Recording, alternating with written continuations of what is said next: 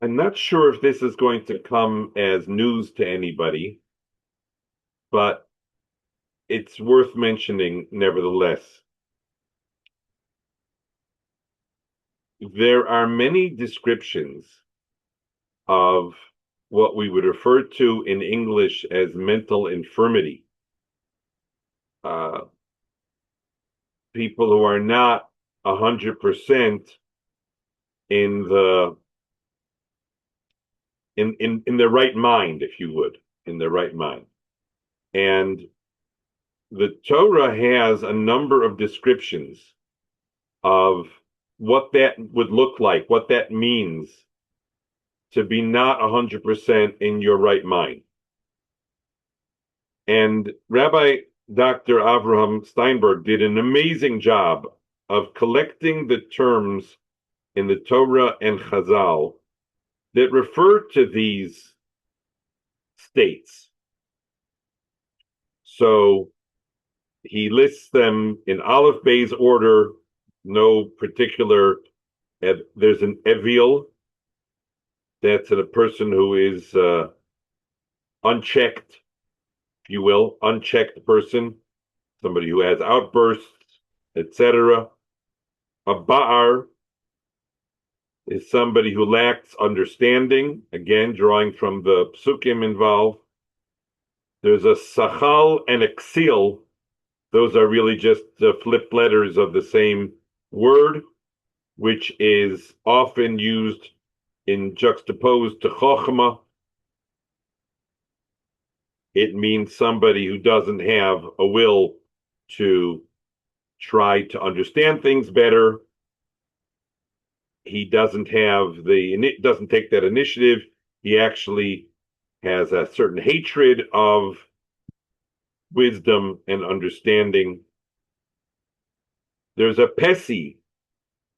A Pesi is somebody who buys everything. He does not have a good sorting system for determining what is true and what is not. And he hasn't studied and applied himself enough such that he acts very often like a child. And the Pesi is often associated halachically with questions about retardation, about a shota, as to whether somebody's actions are considered valid halachically. Then, so we have these terms from the psukim of Evil, Ba'ar, the Sachal and the Ksil, Pesi. Then there are Chazal terms that are Bur, Golem, and Tipesh. And of course, you also have Am Haaretz, which is a more ambiguous term from a standpoint of understanding mental infirmity. Generally speaking, when people think of themselves in their own assessment, am I a golem? Am I a bur? Am I a pesi? Am I an evil, a sachal, a ksil, etc.? They tend to think of themselves as a chacham. There actually is a fourth level, it's called a chassid, but they think of themselves as being mushlam.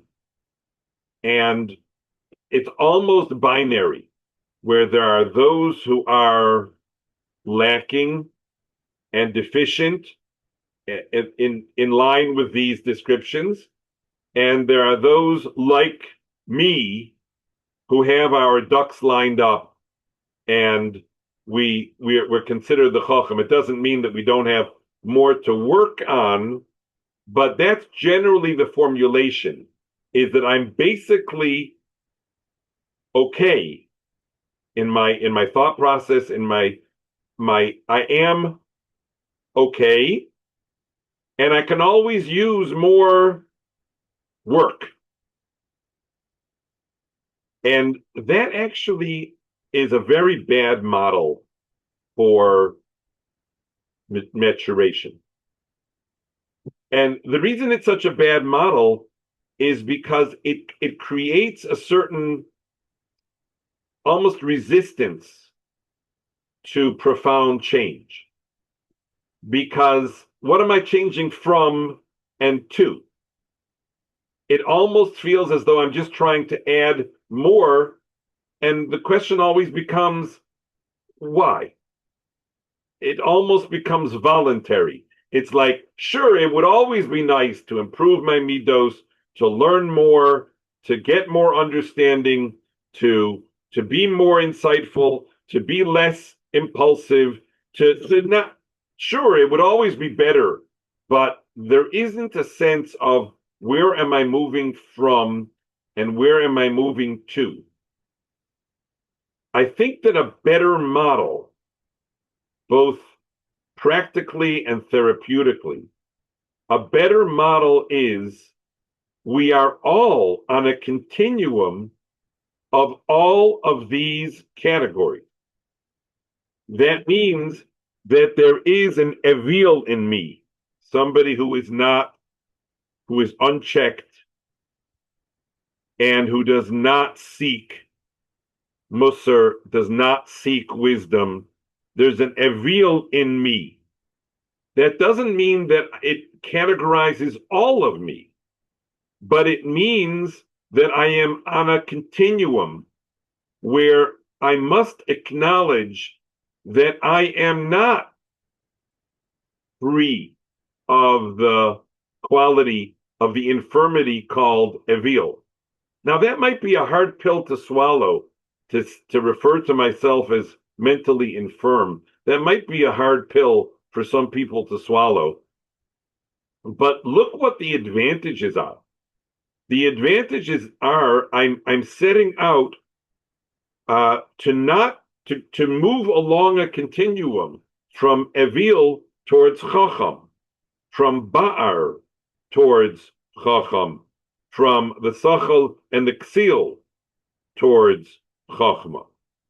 And it creates a certain thirst and a desire to make that, to move along, to progress. And you realize, of course, that all of these have one ingredient in common, and that is that the person stops and thinks.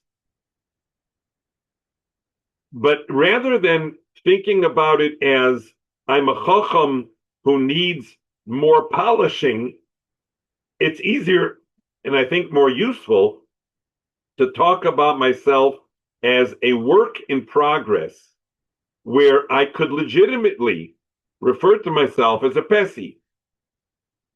Now, that doesn't entirely encapsulate who I am, but at least it gives me a path, a road. When I notice myself jumping to conclusions that are not properly grounded, I can see the pesi in me. And that gives me a direction.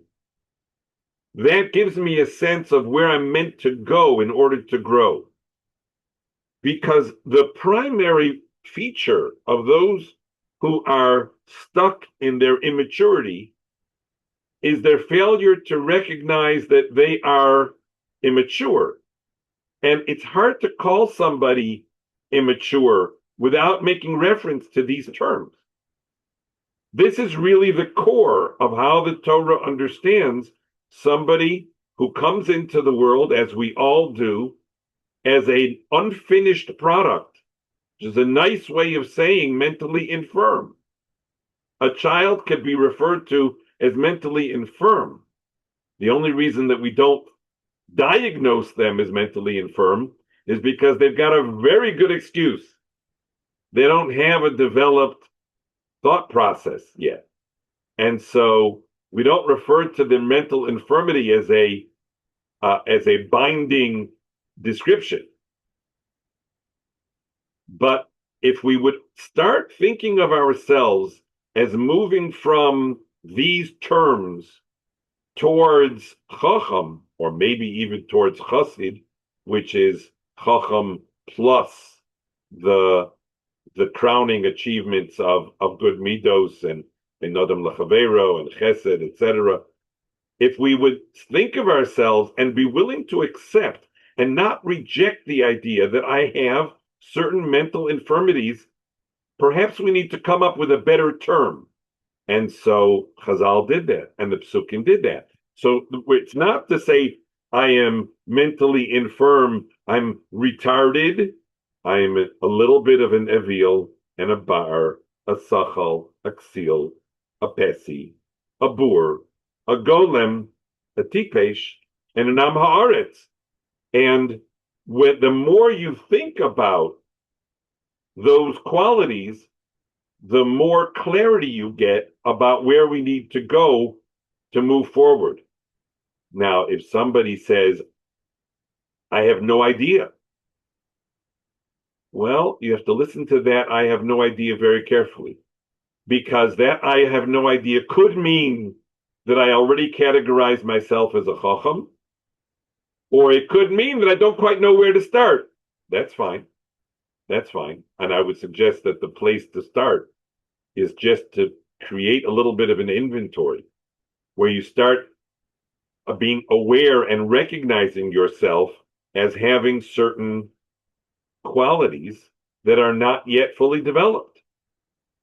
So, as I said at the beginning, I think this could be obvious, but I felt that it was a step forward. In my thinking, I felt that it was a step forward because it got away from this idea that somehow there needs to be a defect in order for a person to pursue therapy, for example, or to do introspection, to study musar, to think about how he's conducting his life, that there somehow needs to be a defect.